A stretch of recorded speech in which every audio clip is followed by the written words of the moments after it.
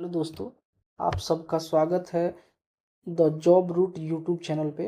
आज हम जो चैप्टर पढ़ेंगे रीजनिंग का दूसरा चैप्टर सिलोजिज्म के बारे में पढ़ेंगे। सिलोजिज्म एक तरह से जैसे कथन और निष्कर्ष टाइप का क्वेश्चन होता है कि कुछ कथन दिए रहते हैं और नीचे कुछ निष्कर्ष भी दिए रहते हैं, और जिसके हिसाब से कथन के हिसाब से हमें निष्कर्ष में देखना रहता है कि कौन सा निष्कर्ष सही है, पहला सही है या दूसरा सही है, फिर दोनों सही है। ऐसा इस तरह के क्वेश्चन पूछे जाते हैं। तो हम कुछ जैसे कथन के प्रकार जैसे होते हैं, जो कथन दिए रहते हैं सबसे ऊपर, उसके बारे में जानते हैं क्या होता है। तो सबसे पहले जो पॉजिटिव, दो तरह के कथन हो सकते हैं, या तो पॉजिटिव हो सकते हैं या फिर निगेटिव हो सकते हैं। तो पॉजिटिव स्टेटमेंट का, अगर पॉजिटिव कथन जो है उसके बारे में हम देखें तो यूनिवर्सल अफर्मेटिव, मतलब जो सभी का केस होता है ना, सभी को केस मतलब सारा का सारा, यूनिवर्सल मतलब सारा का सारा सभी। जैसे एक ये फॉर्मेट दिया हुआ है कि सभी ए जो है बी है, सभी ए जो है बी है, इसका मतलब क्या हुआ कि ए का 100% हिस्सा जो है बी के अंदर है, यानी ए पूरी तरह से बी से घिरा हुआ है।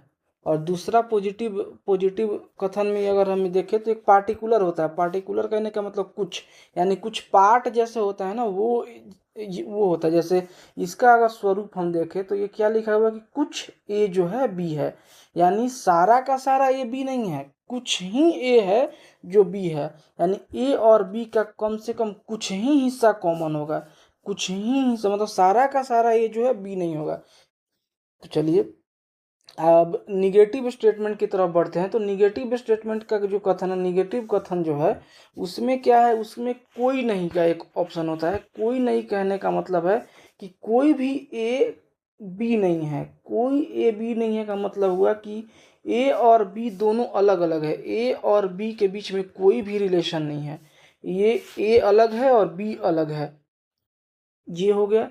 और इसका पार्टिकुलर निगेटिव, पार्टिकुलर का मतलब कुछ और नहीं, जैसे कुछ पार्ट नहीं होगा। जैसे इसका स्वरूप क्या है कि कुछ जो है ए, कुछ ए बी नहीं है, मतलब कुछ ए जो है बी नहीं है, ए का कुछ ऐसा हिस्सा होगा जो बी में नहीं होगा, इसका मतलब ये हुआ।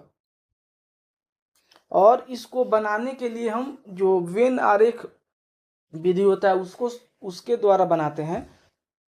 तो सबसे पहले आपको मतलब वेन आरेख विधि जो है उसके हिसाब से कि कथन में जितना कहा गया है हमेशा उतना ही आरेख बनाना है, और जो कथन कहा गया है, कथन में जो भी बात लिखी वो 100% सत्य है, उसमें अपना दिमाग नहीं लगाना है। चाहे वो वास्तविक जीवन में जो है वो कुछ और मतलब होता हो, लेकिन जो कथन में कहा गया है कि कुछ लाल पीला है, तो ये वास्तविक जीवन में कुछ लाल पीला हो ही नहीं सकता है।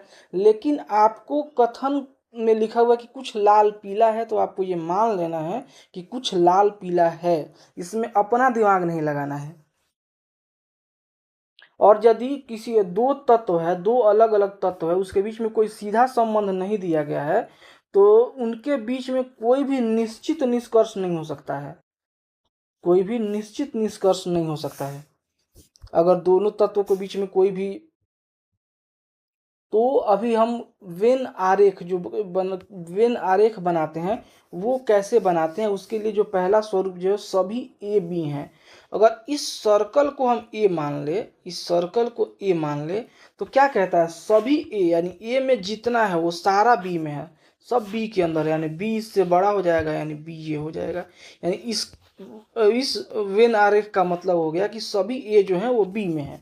अब ये पार्टिकुलर अफर्मेटिव, यानी कुछ पार्ट जो है ए, कुछ ए का कुछ पार्ट बी है, यानी ये अगर ए मान लें हम, तो इसका कुछ पार्ट यहाँ बी में है। ये इसका वेन आरेख ऐसे बनाते हैं। और तीसरा, ये निगेटिव वाले में देखते हैं कि कोई ए बी नहीं है, तो इसका वेन आरेख कैसे बनाते हैं कि ये ए हो गया और ये बी हो गया, यानी कोई भी ए और बी का कोई संबंध ही नहीं है।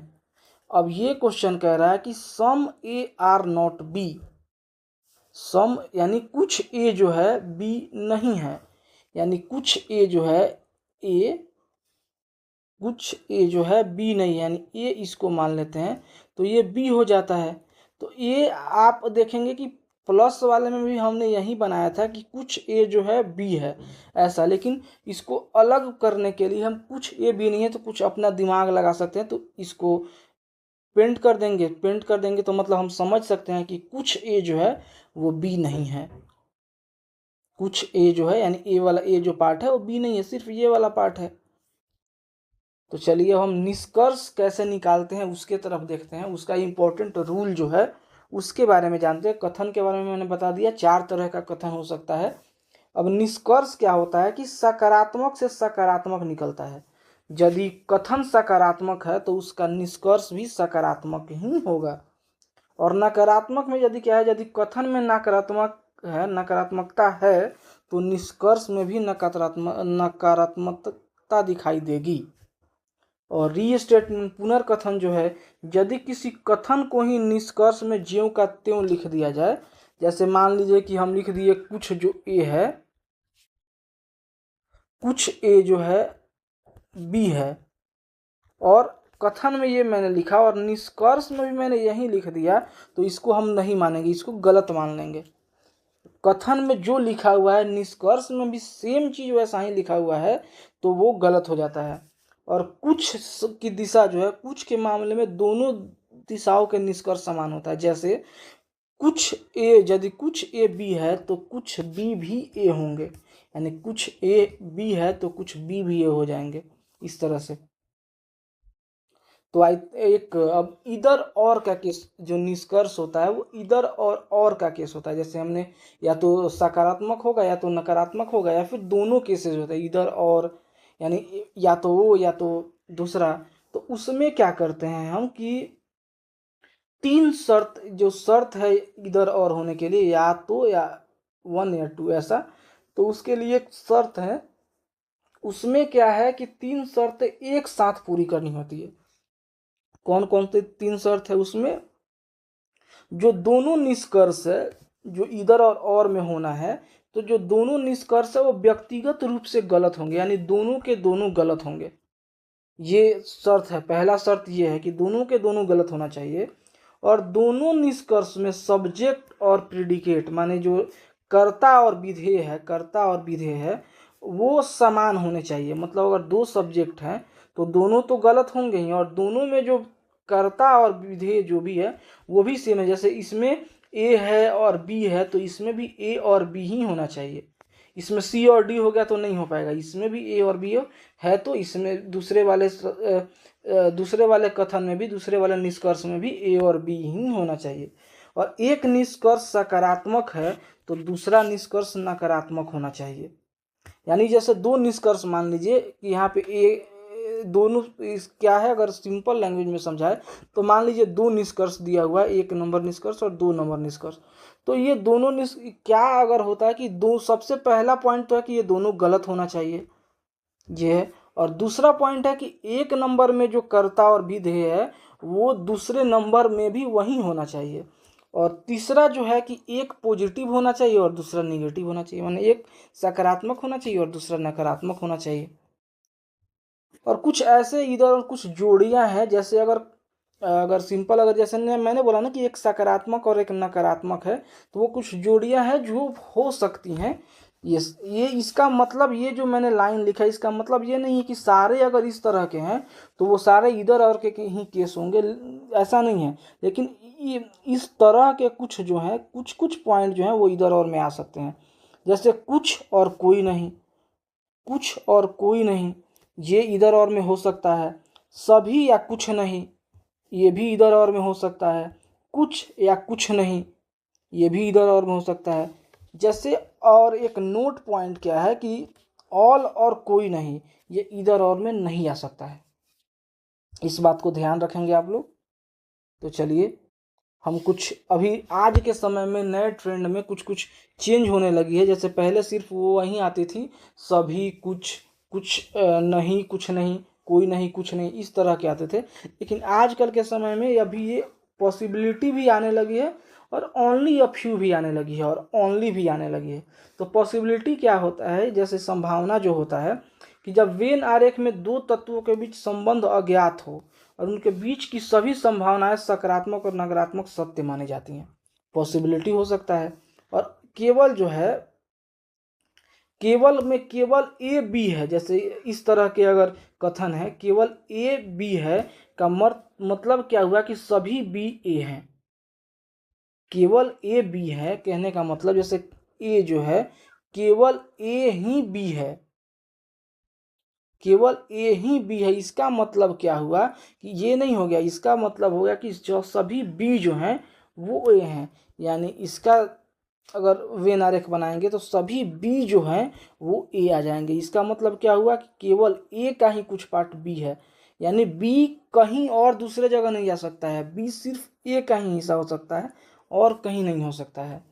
और ओनली अ फ्यू जो है, ओनली अ फ्यू का मतलब क्या हुआ कि केवल कुछ ए जो है बी हैं। का अर्थ क्या है, केवल कुछ का मतलब ओनली अ फ्यू का मतलब केवल कुछ हो गया, केवल कुछ ए और बी है, इसका मतलब होता है कुछ ए बी है और कुछ ए बी नहीं है। यही अगर ओनली अ फ्यू मतलब केवल कुछ का रहेगा तो उसमें कुछ भी आता है और कुछ नहीं भी आता है, ये दोनों आता है, ये नया ट्रेंड है। तो चलिए कुछ क्वेश्चन की तरफ आगे बढ़ते हैं जो प्रीवियस ईयर के क्वेश्चन है। तो पहला क्वेश्चन है कि सभी पेन किताब है, यानी सभी पेन जो हैं वो किताब है। आई थिंक आप बेन आरेख बना पा रहे होंगे। और कुछ किताबें जो हैं मेज है, यानी कुछ किताबें जो हैं वो मेज हैं। तो हमने वेन आरेख बना लिया। अब ये कथन के हिसाब से हमने वेन आरेख बना लिया। अब इसका निष्कर्ष क्या कि कुछ पेन जो है मेज हैं, यानी कुछ पेन जो हैं मेज हैं, ये तो हमें दूर दूर तक है, तो इसका मतलब पहला गलत है, पहला निष्कर्ष जो है गलत है, क्योंकि ये पेन और मेज दोनों अलग अलग हैं। कुछ किताबें पेन हैं, कुछ किताबें जो है पेन है, ये तो होना ही है, क्योंकि पेन के यानी किताबें के अंदर पेन है तो कुछ तो होना ही है, यानी ये सही हो गया। यानी इस क्वेश्चन का आंसर हो गया केवल निष्कर्ष दो ही अनुसरण करता है। दूसरा क्वेश्चन जो अगर जाते हैं हम तो ये है सभी बारिश पानी है, यानी सभी बारिश जो है वो पानी है, सभी बारिश जो है पानी है, ये पहला कथन बन गया। और दूसरा है कि सभी पानी जो है नीला है, और जितने भी पानी है वो सारे नीला हैं, सारे नीला है दूसरा कथन के हिसाब से मानी। यानी हम कथन के हिसाब से अपना वेन डायग्राम बना लिए, वेन आरेख बना लिए। तो अब इसका निष्कर्ष क्या निकलता है कि सभी बारिश जो है नीली है। तो बारिश जो है जितने भी बारिश है वो पानी है, और पानी सारा नीला है, तो ये तो बारिश जो है नीला के अंदर ही आ गया, इसका मतलब ये सही है। और कुछ नीला जो है पानी है, कुछ नीला जो पानी है ये तो पॉसिबल है ही, ये तो होना ही है 100% सकारात्मक। और दोनों सकारात्मक है तो दोनों कथन सकारात्मक है तो निष्कर्ष भी सकारात्मक होगा, यानी ये दोनों, यानी इसका आंसर हो जाएगा सी, निष्कर्ष एक और दो दोनों अनुसरण करते हैं। आई थिंक समझ पा रहे होंगे ऑल और सम का क्वेश्चन ये। अब नकारात्मक प्रश्न जैसे नहीं वाला होता है, जैसे कोई ए बी नहीं है, कोई ए जो है बी नहीं है और सभी बी सी हैं, सभी बी जो है सी, यानी कोई ए जो है बी नहीं, यानी ए कोई ए जो है बी नहीं है। ये समझ में आया कि ए अलग है बी अलग है, कोई भी ए बी नहीं है, और सभी बी जो हैं जितने भी बी हैं वो सी में हैं, जितने बी हैं वो सभी सी हैं। तो हम स्टेटमेंट के हिसाब से वेन आरेख बना लिए।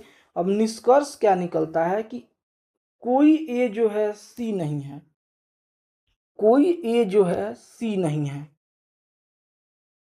कोई ए सी। देखिए ये जो कथन था कि कोई ए बी नहीं है, तो ये तो नहीं, लेकिन क्वेश्चन पूछ रहा है कोई ए सी नहीं है। ए और सी का डायरेक्ट रिलेशन जो है, डायरेक्ट रिलेशन कथन से पता नहीं चल पा रहा है, कथन के हिसाब से ए और सी का कोई भी डायरेक्ट रिलेशन नहीं है, तो इसीलिए ये निष्कर्ष जो है गलत हो जाता है। यानी हमें कथन से निष्कर्ष के तरफ जाने के लिए अगर सकारात्मक या फिर जैसे अगर हमें संभावना नहीं लेना है, अगर उसमें संभावना नहीं है तो फिर हमें डायरेक्ट उसमें कनेक्शन होना चाहिए, किसी भी दो तत्वों में डायरेक्ट कनेक्शन होना चाहिए, तभी वो निष्कर्ष सही या गलत होगा। क्योंकि अब इसमें देखिए ए और सी में कथन में कोई भी डायरेक्ट कनेक्शन नहीं है, इसीलिए ए और सी वाला आंसर ऑप्शन गलत हो जाएगा ये। अब कुछ सी जो है बी हैं, तो सभी बी सी हैं, तो इसलिए कुछ बी बी सी हो जाएंगे। यानी दूसरा, यानी केवल निष्कर्ष 2 का अनुसरण करता है। चलिए आगे बढ़ते हैं। चौथा जो सम नॉट, नकारात्मक प्रश्न का जो कुछ नहीं का जो आता है, ये कुछ बिल्लियाँ कुत्ते हैं, यानी कुछ बिल्लियाँ जो है वो कुत्ते हैं, कुछ बिल्लियाँ जो है वो कुत्ते हैं, और कुछ कुत्ता जो है शेर नहीं है, यानी कुछ कुत्ता जो है शेर नहीं है, कुछ कुत्ता जो है शेर नहीं। इसका मतलब हो गया कि कुछ बिल्लियाँ कुत्ते हैं और कुछ कुत्ता जो है शेर नहीं है, ये समझने के लिए है।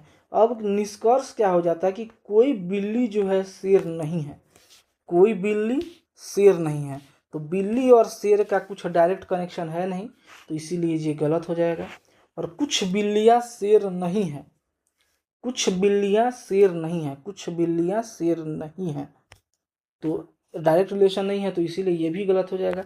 लेकिन मैंने थोड़ी देर पहले बताया था कि इधर और का केस, यानी या तो 1 या 2 अनुसरण करता है, दोनों में से कुछ भी। तो उसके लिए हमने बताया था कि कुछ कुछ पॉइंट बताता है जिसमें कोई और कुछ नहीं अगर रहता है। देखिए जैसे अगर हम यहाँ पे लेके आए जो हमने बताया था आपको, तो यहाँ पे देखिए कुछ और कुछ नहीं, यानी कोई और कोई नहीं, सम और नो अगर इस तरह से रहता है तो हम उसमें इधर और का लगा सकते हैं केस, अगर ये तीनों जो है जो कंडीशन है, शर्त है, अगर वो फुलफिल करती है। तो चलिए अभी वहाँ पे देखते हैं। अब देखिए तीनों शर्तें फुलफिल करती हैं कि नहीं। पहला शर्त क्या था, पहला शर्त था कि दोनों ही जो निष्कर्ष हैं वो गलत होनी चाहिए, अपना इंडिविजुअली दोनों गलत होना चाहिए, तो ये दोनों गलत हैं। और दूसरा जो शर्त था कि जो तत्व पहले निष्कर्ष में है वही तत्व दूसरे निष्कर्ष में, इसमें भी बिल्ली शेर है, इसमें भी बिल्ली शेर है, तो दूसरा कंडीशन भी फॉलो कर रहा है। तीसरा कंडीशन क्या था कि एक निष्कर्ष सकारात्मक होनी चाहिए और दूसरा नकारात्मक होना चाहिए। तो हम इसमें देख पा रहे हैं कि कुछ बिल्लियाँ जो है इसमें एक ये सकारात्मक है और एक ये नकारात्मक है, यानी इसका आंसर या तो 1 या 2 अनुसरण करता है। आई थिंक ये समझ पा रहे होंगे आप। अब संभावना के अगर केस में जाते हैं, पॉसिबिलिटी का केस क्या होता है, तो उसमें क्या होता है कि कुछ शहर गांव है, यानी कुछ शहर, और इसके कथन के हिसाब से वेन आरेख बनाए तो कुछ शहर जो है वो गांव है और कोई गांव जो है जंगल नहीं है, कोई गांव जो है जंगल नहीं है। तो इसका निष्कर्ष निकलता है कि सभी शहरों के जंगल होने की संभावना, सभी शहरों के जंगल होने की संभावना है। अब ये देखिए, मैंने अभी थोड़ी देर पहले बताया था कि अगर कोई डायरेक्ट रिलेशन नहीं है, अगर निष्कर्ष सिंपल है, सकारात्मक या नकारात्मक है, उसमें संभावना की कोई गुंजाइश नहीं है, तो डायरेक्ट कथन से डायरेक्ट रिलेशन होना चाहिए, तभी निष्कर्ष सही होता है, और नहीं तो गलत हो जाता है। लेकिन संभावना में क्या है कि डायरेक्ट रिलेशन नहीं है, उससे कोई मतलब नहीं है, डायरेक्ट रिलेशन हो या नहीं हो, अगर संभावना है, संभावना है, वो होने से और नहीं होने से कोई फर्क नहीं पड़ता है, बस हमें संभावना प्राप्त कर सकते हैं। तो इसमें क्या कह रहा है कि सभी शहरों के जंगल होने की संभावना है। तो इसमें अगर हम सोचे कि सभी शहर, अब देखिए जितने ये जो जी हैं, यानी जो भी गांव हैं वो जंगल तो हो नहीं सकते हैं, लेकिन शहर का कुछ पार्ट, ये वाला पार्ट जो है वो जंगल है, वो वाला गांव है, तो ये वाला पार्ट तो कभी जंगल हो नहीं पाएगा। मान लीजिए कि ये सब पार्ट जो है, ये सब पार्ट जो है जंगल हो सकता है, लेकिन ये वाला पार्ट कभी भी जंगल नहीं हो पाएगा, क्योंकि जो कथन है उसी में लिखा हुआ है कि कोई भी गांव जो है जंगल नहीं है। तो ये वाला पार्ट तो जंगल भी है और शहर भी है, तो ये वाला पार्ट कभी भी जंगल नहीं हो पाएगा, इसीलिए ये निष्कर्ष गलत हो जाएगा कि कुछ पार्ट भले जंगल हो सकता है लेकिन सारा शहर जो है वो जंगल नहीं हो सकता है। आई होप ये समझ पा रहे होंगे आप। कुछ शहर जंगल नहीं है, अब कुछ शहर जो है वो जंगल नहीं है, यानी ये वाला जो पार्ट है, ये वाला पार्ट जंगल नहीं है, क्योंकि ये वाला पार्ट गांव का है और गांव का जितना भी पार्ट है वो जंगल नहीं है, यानी ये वाला पार्ट सही। दूसरा जो निष्कर्ष है वो सही है, तो केवल दूसरा निष्कर्ष सही है। ओनली अ फ्यू यानी केवल कुछ। अब क्वेश्चन पूछ रहा है कि केवल कुछ आम सेब हैं, यानी कुछ आम जो है सेब हैं। तो इसको डिनोट करने के लिए यहाँ पे आप कुछ भी मार्क कर सकते हैं जिससे आपको पता चल जाए कि कुछ केवल, जैसे हम लोग सिर्फ कुछ रहता है, कुछ आम सेब रहता है, जैसे यहाँ पे सिर्फ ये वाला रहता है कुछ आम सेब हैं, तो इसको ऐसे बना देते हैं। लेकिन यहाँ पे केवल कुछ है, तो केवल कुछ है आप ऐसा डिनोट कर सकते हैं या फिर याद रख सकते हैं कि इसका मतलब हुआ कि केवल कुछ जो है आम है। और सभी सेब जो है केले, यानी सभी सेब, जितने भी सेब हैं वो सभी केले हैं। समझ में आ गया। तो अब इसका निष्कर्ष पढ़ते हैं हम। निष्कर्ष क्या है कि कुछ आम जो है केले हैं, कुछ आम जो है केले हैं, एकदम सही बात है, कुछ आम केले हो सकते हैं। और सभी आमों के सेब होने की संभावना है। अब जितना भी आम है वो क्या सेब हो सकता है। अब आप, ये संभावना है, तो संभावना में अगर देखिए तो कुछ जो ये आम है वो सेब हो सकते हैं। लेकिन एक चीज याद रखिए कि केवल कुछ का मतलब क्या होता है। केवल कुछ का मतलब होता है, जैसे मान लीजिए अभी हम पढ़े थे कि केवल कुछ ए है, केवल कुछ ए जो है बी है।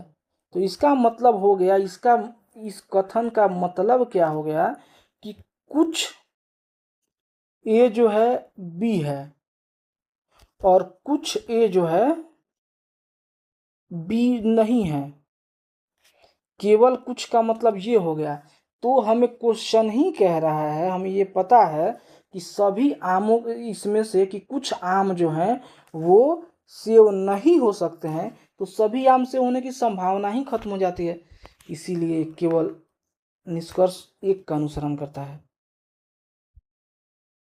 अब जैसे ये क्वेश्चन है कि कुछ पेन जो है पेंसिल है, यानी कुछ पेन को अगर हम पेंसिल मान ले तो कुछ पेन जो है वो पेंसिल है, कुछ पेन पेंसिल है और कोई पेंसिल इरेजर नहीं है, यानी कोई भी पेंसिल जो है वो इरेजर नहीं है। ये डायग्राम आपको समझ में आ गया। अब ये स्टेटमेंट खत्म हो गया, कथन खत्म। निष्कर्ष में देखते हैं कि कुछ पेन जो है इरेजर हैं, कुछ पेन जो है इरेजर हैं। ये तो संभव ही नहीं है, कुछ पेन इरेजर कैसे हो सकते हैं। संभव है बट लेकिन जैसे यहाँ डायरेक्ट कोई रिलेशन है नहीं इन दोनों के बीच में, और संभावना भी नहीं है कि डायरेक्ट रिलेशन से कुछ लेना देना नहीं है। अगर संभावना रहता तो डायरेक्ट रिलेशन से कुछ लेना देना नहीं रहता, लेकिन संभावना है नहीं तो डायरेक्ट रिलेशन पेन और इरेजर के बीच में कुछ है नहीं, तो इसीलिए ये निष्कर्ष गलत हो गया। अब दूसरा कि कोई भी पेन जो है इरेजर नहीं है, कुछ डायरेक्ट रिलेशन है नहीं, कोई भी पेन जो है इरेजर है नहीं, तो ये भी निष्कर्ष गलत हो गया। और ये निष्कर्ष गलत हो गया, लेकिन हम इधर और के बारे में पढ़े थे कि कुछ और कुछ नहीं, और दोनों में सेम तत्व है पेन इरेजर, और दोनों गलत हैं। दोनों में सेम तत्व है पेन इरेजर, और एक जो कुछ है और एक कोई नहीं है। तो इसीलिए या तो A1 या तो 2 का अनुसरण करता है, ऐसा हो जाएगा आंसर ये। अब ओनली क्या कॉन्सेप्ट, केवल का कॉन्सेप्ट, जैसे केवल ए बी है। अब हमने बताया था कि इसका डायग्राम कैसे बनाना है। केवल ए जो है बी है, यानी बी जो है ए है। केवल ए जो है सी है, केवल ए जो है सी है, यानी सी जो है वो भी आपके ए के अंदर है, क्योंकि ए जो है केवल ए जो है ए बी है और केवल ए जो है सी है। यानी कहने का मतलब ए के अंदर बी भी है सी भी है, लेकिन दोनों का कुछ किसी से और बी और सी का भी कुछ लेना देना नहीं है। बी का सिर्फ लेना देना ए से है, सी का लेना देना सिर्फ ए से है। तो इसका निष्कर्ष क्या हुआ कि कुछ बी सी है, कुछ बी सी है नहीं है, क्योंकि स्टेटमेंट में कह रहा है कि केवल ए का बी से संबंध है, सी का कोई संबंध नहीं है, तो इसलिए कुछ बी सी हो ही नहीं सकता है। और कुछ बी सी नहीं है, कुछ भी जो है सी नहीं है। तो बी और सी जो है, क्योंकि यहाँ पे कोई डायरेक्ट संबंध ही नहीं है, इसीलिए ये सही हो जाएगा। तो केवल निष्कर्ष 2 का अनुसरण करता है। अब जैसे मिश्रित, जैसे कुछ केवल कुछ नदियाँ झील है, ये अगर कथन के हिसाब से बनाए तो केवल कुछ नदियाँ जो है वो झील हैं। तो इनका हम एक ये मार्क कर लिए कि इससे पता चला कि ये केवल कुछ वाला ऑप्शन है। और सभी झीलें जो हैं वो समुद्र है, यानी सभी झीलें जो हैं वो समुद्र है। ये चीज़ समझ गए हम। अब निष्कर्ष क्या है कि सभी नदियों के झील होने की संभावना है। सभी नदियों के झील होने की संभावना है नहीं है, ये गलत हो गया। क्यों? क्योंकि केवल कुछ नदियाँ झील है का क्या मतलब हुआ कि कुछ नदियाँ झील है और कुछ नदियाँ झील नहीं है। जब ये कथन में ही लिखा हुआ है कि कुछ नदियाँ झील है और कुछ नदियाँ झील नहीं है, तो सभी नदियाँ जो है झील हो ही नहीं सकती हैं, ये गलत हो गया। और कुछ नदियाँ समुद्र है, कुछ नदियाँ समुद्र है, यहाँ पे मिल रहा है इसलिए समुद्र है। तो केवल निष्कर्ष 2 का अनुसरण करता है। अब ये 3 कथनों वाले प्रश्न जो है, 3 कथन वाले प्रश्न को अगर देखें हम, तो कोई कार जो है बस नहीं है, कोई भी कार जो है वो बस नहीं है। कुछ बसें जो है ट्रक हैं, यानी कुछ बस जो है ट्रक है, और सभी ट्रक जो है वो बाइक हैं, सभी ट्रक जो है वो बाइक हैं।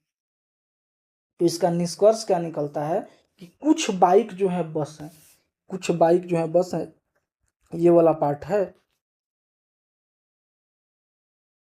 और कुछ कारों के ट्रक होने की संभावना है, कुछ कारों के ट्रक होने की संभावना है। तो ये अगर इस थोड़ा सा पार्ट यहाँ ले सकते हैं तो है संभावना है, यानी इसका दोनों सही है। चलिए, धन्यवाद आपका। The job route YouTube channel देखने के लिए धन्यवाद। और आई होप आपको सिलोजिज्म समझ में आया होगा। तो अगर आपको समझ में आया और आप तो हमारे चैनल को लाइक शेयर सब्सक्राइब कीजिए। धन्यवाद। Thank you.